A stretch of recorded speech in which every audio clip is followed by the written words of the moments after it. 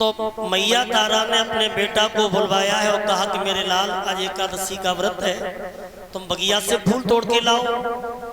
तो बेटा को छपरिया दी और भक्तों आज छपरिया लेके रोहतास जब बाग में पहुंचा है, फूल तोड़ता जाता है, छपरिया में रखता जाता है। इधर कपटी विश्वामित्र ने कमंडल से जल लिया है, मंत्र पढ़ करके नाग देवता को तैयार किया और कहा कि जाओ एक बालक बाग में आ रहा है, उसे डस लीजिए। बेटा बाग में पहुंचा है और फूल तोड़ता जाता है, छपरिया में रखता जाता है। और भक्तों एक रोस में वो नाग छिप करके बैठा था। अब समय तो नहीं है जो कथा में विस्तार दे सके। जो नाग छिप करके बैठा था उस नाग ने रोहितास को उंगली में डस लिया और जैसे ही उंगली में डसा, डसते ही डसते मुंह से झाग छूट गया। रोहितास के आवाज निकली, मां मैया मुझे बचाओ। और मैया मैया कह के बेटा ने लोगों उसी बगिया में अपने प्राणों को छोड़ दिया। और इधर कपटी विश्वामित्र ने जाकर के काशी में आवाज लगा दी है, अरे खाओ बेटा का रे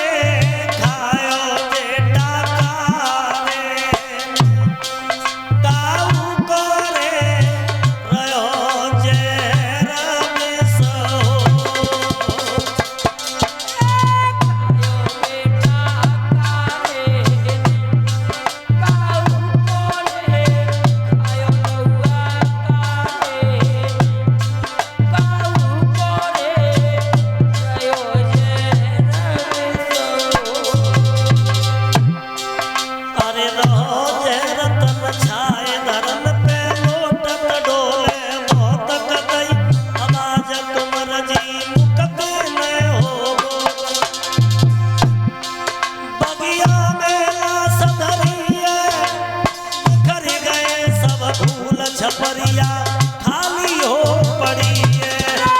खाओ बेटा का रे, खाओ नौआ का रे,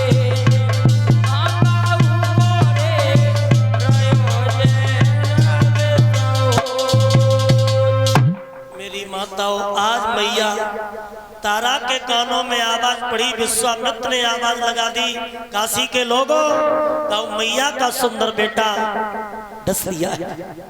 आज दरवाजे पे आई माँ, कहने लगी मैया मैंने ये सुना है कि मेरा बेटा बाग में गया था, नाग ने डस लिया, मैं अपने पुत्र को देख आऊं।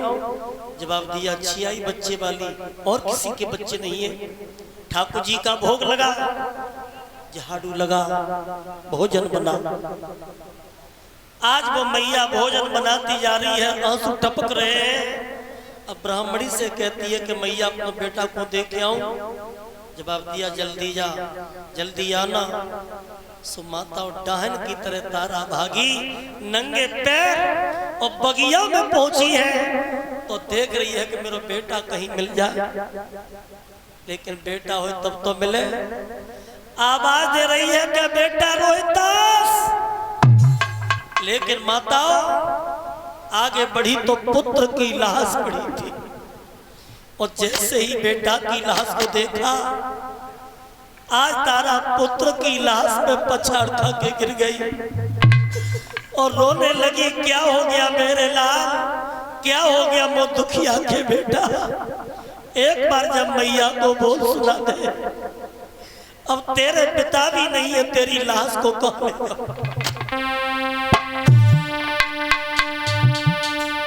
और बेटा के मुंह पे मुंह धर के तारा रोई है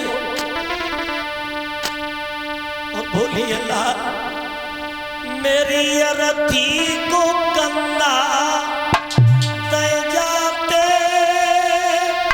ओ निरदई कन्हैया।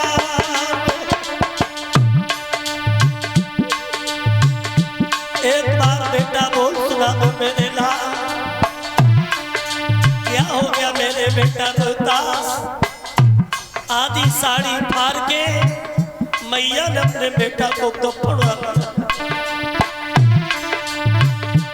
मेरी अरथी को गंगा ले जाते ओ निरवई कन्हैया।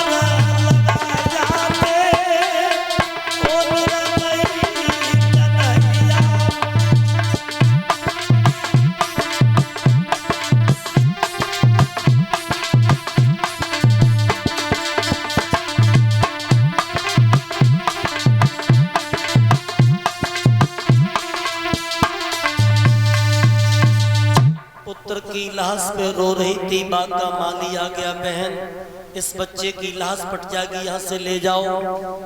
तो आज पुत्र की लाश को लेकर के तारा मरघट में पहुंची और उसी मरघट में हरिश्चंद्र का पहरा था। हरिश्चंद्र ने देखा कि एक स्त्री आई है, पूछा आ गए पास में, तू कौन है, तेरे साथ कोई नहीं आया? तारा ने कहा पिया मुझे पहचानो, तुम्हारी पत्नी हूँ।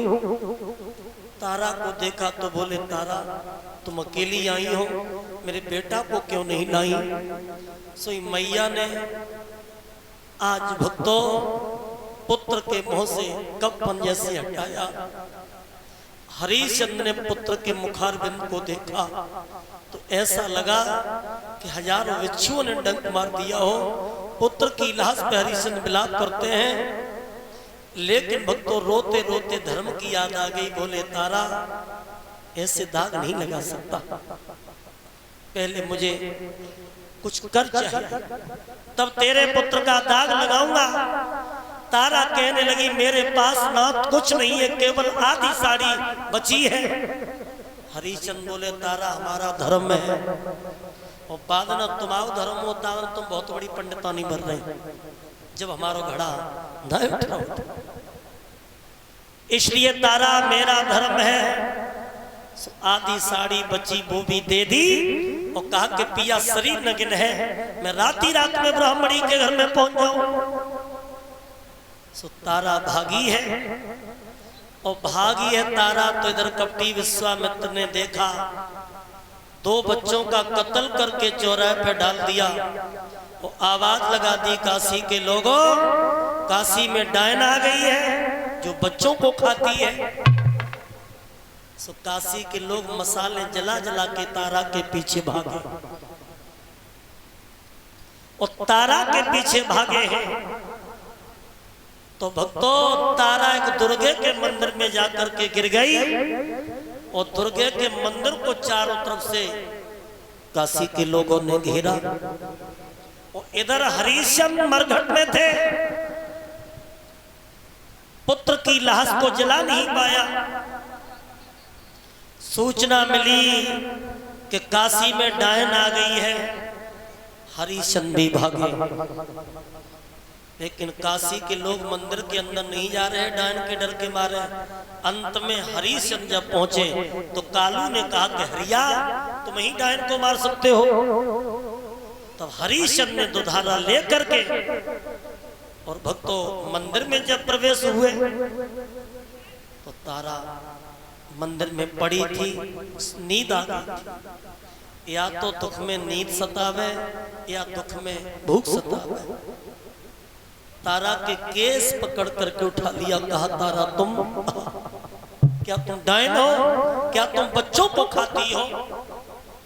तारा बोली ना, जब मैया ने अपना पुत्र ही डस लिया हो तो इससे बड़ी दुनिया में और कोई डायन नहीं हो सकता। मुझे मारो, अगर नहीं मारोगे तो सूरवंश की झंडी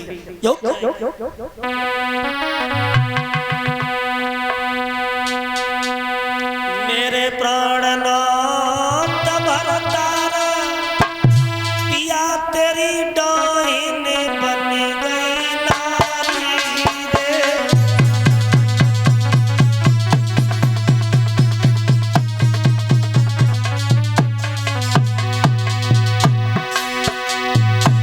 प्राणनाथ भरतारा पिया तेरी डाइन बन गई नारी रे।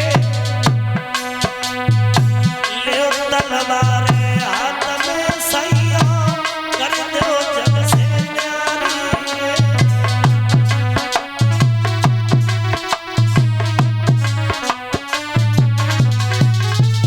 जोने मारा नाथ मरे कुल को बट्टा लग जाए रे।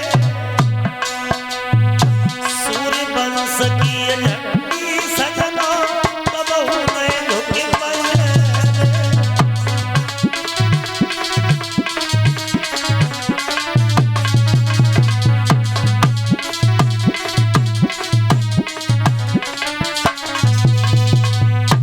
मेरी माताओं, आज हरिश्चंद्र को क्रोध आया और तलवार लेकर के मारना चाहा तो पीछे से विश्वामित्र ने तलवार को पकड़ लिया, कहा ठहर जाओ राजन, ये तुम्हारी रानी तारा है। हरिश्चंद्र ने मुड़ के देखा, बोले स्वामी जी आप तो वही महात्मा हो, तुमने सारा राजपाट दान में ले लिया था, आपका प्राण लेने आए हो? बोले लेने नहीं आए, अब कुछ देने आए। तुम घर से 3 प्राणी आए थे, एक बच्चा कहाँ है? बोले स्वामी जी मेरा बच्चा तो मर चुका है, उसकी लाश शमशान में पड़ी। बोले नहीं, तेरा बेटा मरा नहीं है, तेरा बेटा जीवित है। अपने बेटे के लिए आवाज लगा, और जैसे ही बेटे के लिए आवाज लगाई तो रोहिदास भागता हुआ आता है, माता पिता के पैरों में गिर गया, विश्वामित्र के पैरों में गिर गया। तब विश्वामित्र ने कहा कि राजन, तेरे गुरु के कहने पर हमने तेरी परीक्षा की और तू परीक्षा में सफल हो गया, तेरा राज तुझे पुनः वापस करते हैं। और वहां एक उपाधि दी है सत्यवादी की। बोल गोविंद भगवान की। सतमत छोड़े सूर्यमा, सत छोड़े पत जाए, सत की बाती लक्ष्मी सो फेर मिलेगी। देखो कितनी भी आपत्ति आ जाए लेकिन धर्म को नहीं छोड़ना। मेरी माताओं, आज हरिश्चंद्र राजा बने। अब देखो, अब ज्यादा समय तो नहीं है, अब इन हरिश्चंद्र का कैसे वंश चला था